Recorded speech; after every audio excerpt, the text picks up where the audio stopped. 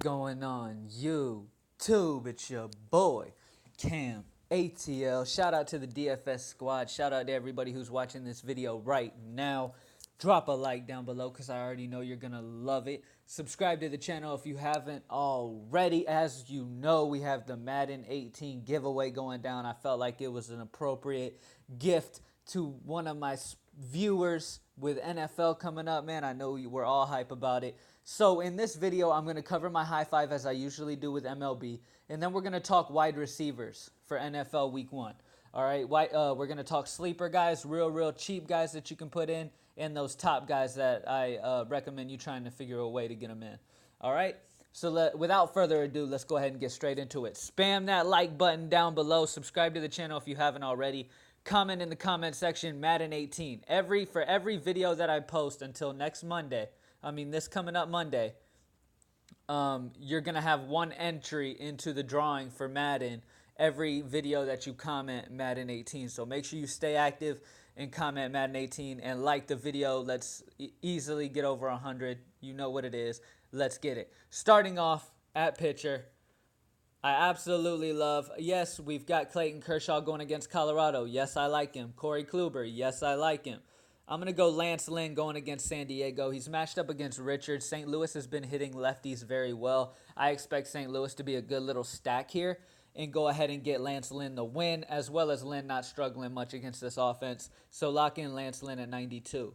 Next pitcher that I'm going with is Tanner Roark going against this Philly offense. I know Hoskins is on that offense, but still, there's nothing about Philly that scares me at all. Tanner Roark has been very solid lately, and he's at home in Washington. And Nola has been actually getting rocked as of late. So I could see Washington getting the win here and Tanner Roark getting that extra 4 points. All right, let's go ahead and go straight to bats. At first base, I have put this guy, last time I put this guy in the high five, he went for 2 home runs. Now, do I see that happening again? No. But every time he's going against a lefty, he's definitely got to be considered, man. He's hitting a 585 WOBA the last 50 at-bats versus lefties, which is ridiculous. Okay, when he hit 2 home runs, it was against a lefty, and I told you guys, play this guy. He's killing it lately. He still is. His last game, he hit 2 home runs, obviously, because I had him in the high five.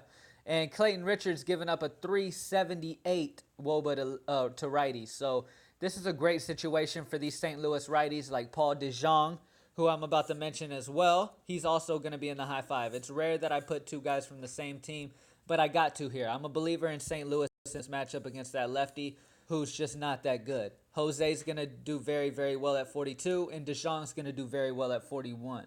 DeJong is hitting lefties at a 406 clip the last 50 at-bats. And he's just a good bet to be a solid little play here. He's one of my favorite shortstops. And like I've already mentioned, man, I like a little St. Louis stack. All right, I like Molina. There's several little cheap options that are great plays here in this matchup.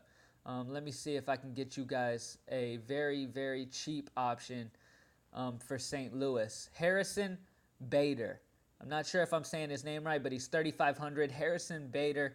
He's hitting a 659 WOBA at the last 50 at-bats. It's a small sample size because he hasn't started many. But Harrison is hitting lefties very well, too. That's another guy I would add into that stack. Why not? He's been batting second. So that's a very good place in the order. Jose Martinez, DeJong, and Harrison Bader is a good little stack here, man. They're cheapish, and they're 2, 3, 4 in that batting order. So definitely consider those guys. All right, last but not least, I'm going to give you guys a cheap guy, because I know some of you are going to try to work a Clayton Kershaw in, so you got to get a cheap guy that's going to give you some good bang for your buck, and that's going to be Tommy Stella. All right, Tommy Stella at 3,300 is a steal in this matchup, man. He's been hitting this hand pitching very well. He's hitting a 413 WOBA the last 50 at-bats. And this pitcher's given up a 344 WOBA. So it's a great position for Tommy Stella at 3,300. It's a good little money saver. The only guy that I like for value above Tommy Stella at third base would be Yandy Diaz for Cleveland at 3,100. But Yandy has a lower, he's not hitting quite as well, but he's right around that area. So if you don't want to go Stella, you're worried about playing Chicago at all, then go Yandy. But I'm going to go ahead and go Stella. He's been hitting this hand pitching very well.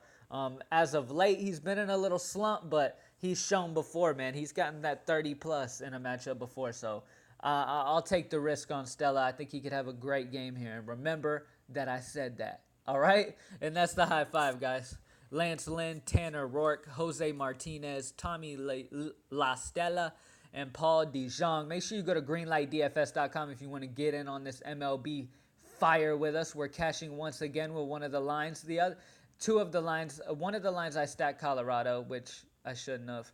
I realized that they're just not doing that well. They're starting to come back a little bit towards the end of the game right now, so we'll have to see. But one of my lines is doing very, very well, man, with both my pitchers and a bunch of batters still going. So it's going to be a good night with the GPP line. So go to greenlightdfs.com, join the squad. Also, you go ahead and set up for Sunday for NFL. You guys can go on the website and do that now. That option is on the website. You can go ahead and get it set up. I will be sending NFL lines out on Saturday night. All right? So let's go ahead and get it, man. You guys know if you followed me during the NFL season last year, that's really how I became who I am. We pretty much dominated every single weekend. So it's time to go ahead and go even bigger this year. All right? So it's time for me to touch on the wide receivers. Guys, I'm going to go ahead and just keep this page open instead of switching. Let's go ahead and talk about NFL week one wide receivers that I like with their matchups. We're going to talk some real cheap guys and stuff like that. All right? Wide receiver is one of the most important positions when it comes to DraftKings because it is PPR format. And I also can recommend that in the flex you put a receiver, not a running back, because receivers are those guys who can get you ridiculous upside. Okay? If you look at the previous winners of these big tournaments, they always have receivers in the flex because the receivers got more upside than a running back. Okay? Especially with this PPR game, the way the game is on DraftKings. All right? So here we go. Let's talk about some wide receivers. First wide receiver that we will talk about is, let me go ahead and talk about Michael Crabtree going against Tennessee. I've mentioned this game a few times, Oakland, Tennessee. I do like Michael Crabtree a lot. Amari Cooper is going to have the best cornerback on Tennessee against him, which isn't bad, but I expect Crabtree. Crabtree's a touchdown professional. I expect Crabtree to catch a touchdown here. I mean, he's not a huge volume guy, but at 6,000, I can see him getting in the end zone, and the game flow in this game is looking sexy. All right, another wide receiver I really love is Doug Baldwin going against Green Bay. One of Green Bay's biggest weaknesses is that secondary. Doug Baldwin could end up going ridiculous here, so look out for him at 67. Odell Beckham could possibly miss this game Sunday, and if Odell misses it, I highly recommend Brandon Marshall. Okay, if Odell doesn't play, Brandon Marshall is going to be a very good play. All right? Another guy I want to talk about. I'm not going Ty Hilton and those guys because they're not going to have luck thrown to them. They'll have Tolzien, so I'm not going to be bothering too much with that. I think the Rams are going to hold them very, very low scoring. Rams are a good little defense as well. Julio going against Chicago. Chicago doesn't have anybody to stop them. If this game happens to stay close, Julio's an amazing play. But I could see Julio getting a touchdown and some good yardage here. But a lot of Devontae Freeman happening after that. So if I had to recommend a receiver, I would definitely go a receiver that's going to be in a closer game. I really like Terrell Pryor in this Washington-Philly game. I've mentioned him multiple times. He's in a great position here, man. I've mentioned before, during the offseason, he was training with Antonio Brown, who's the best receiver in the league. So that's only going to help Terrell Pryor. I'm a huge believer in Terrell Pryor here. He's an athletic beast. Going against Philly, they just have nothing. Their secondary is ranked 29th in the league. So definitely consider Terrell Pryor. Another guy I want to talk about. This is my favorite cheap guy. At 4,200, Rashard Matthews for Tennessee. Going against Oakland. Once again, this game again. I talk about this game all the time because I love it. The game flow looks great. Okay, Rashard Matthews showed last year that when he gets the opportunity, he can really put on. And this is his time this year. I think Rashard's going to be solid through all year. I think he's a good guy to get in your drafts if you haven't drafted yet for some odd reason. Definitely get Rashard Matthews. I grabbed him in very late in the drafts in almost every one of my every one of my leagues because I'm a big believer in him. Tennessee doesn't have a great defense, so a lot of their games they're going to have to throw a lot. And I like Rashard Matthews a lot. I know they got Eric Decker and stuff like that, but that's not going to affect Rashard Matthews at all. I like Rashard at 4,200. He's a great play here. Another guy, I've mentioned him before, Marvin Jones. It all depends on who Peterson's going to be matched up with. If Golden Tate does in fact play in the slot, then Peterson's going to guard Marvin Jones, which is going to open up Golden Tate for a big game. If for some reason Peterson decides he's going to follow Tate, it's going to open up a lot for Marvin Jones. So I guess it's a wait and see approach or hope for the best. But hey, it is what it is. I like Marvin Jones though here as the second receiver on this Detroit team. I think he could go underviewed. And he's been getting peppered with targets while that starting unit's been on the field. All right.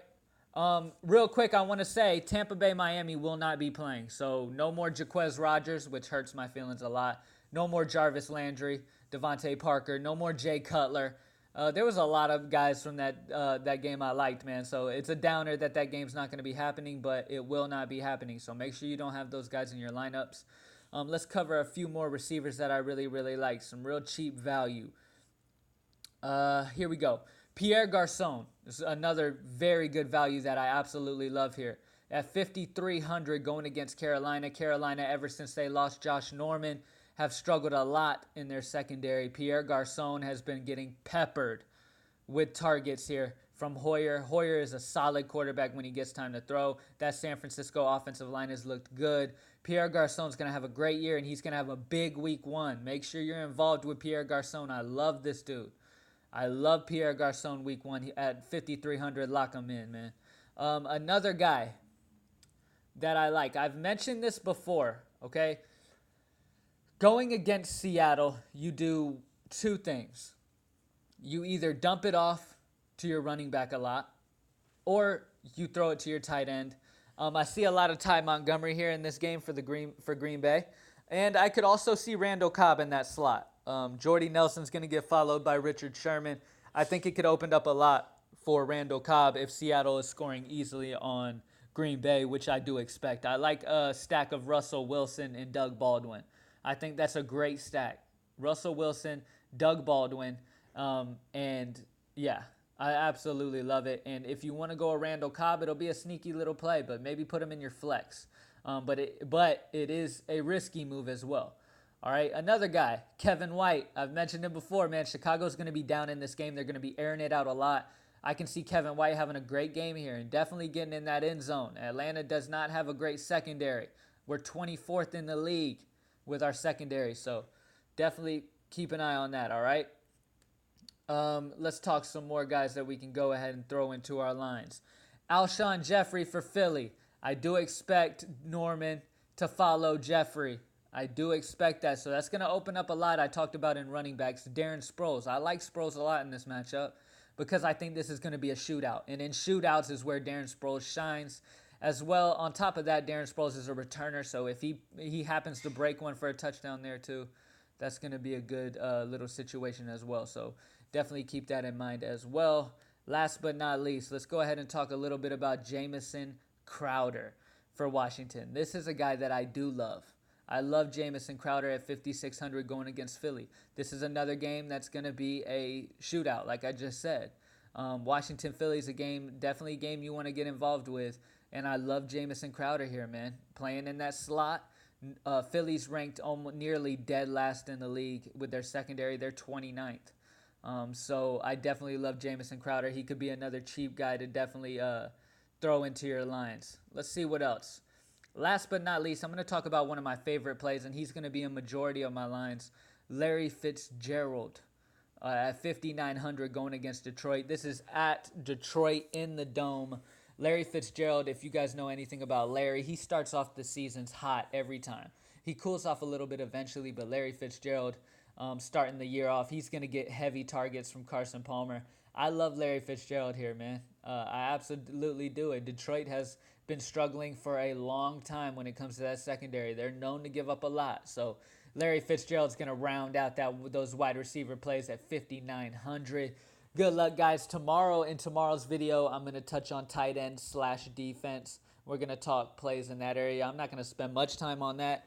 And then I'll give an updated version of my high five pretty much for football. Give you guys my main guys that I definitely, absolutely love after the week of analyzing everything. All right, good luck, everybody. Like the video down below. Let's get over 100 likes. Subscribe to the channel if you haven't already. Good luck, everybody. Let's kill this NFL Week 1. I'm super hyped. Let's kill MLB tonight as well. All right, greenlightdfs.com. I'm out.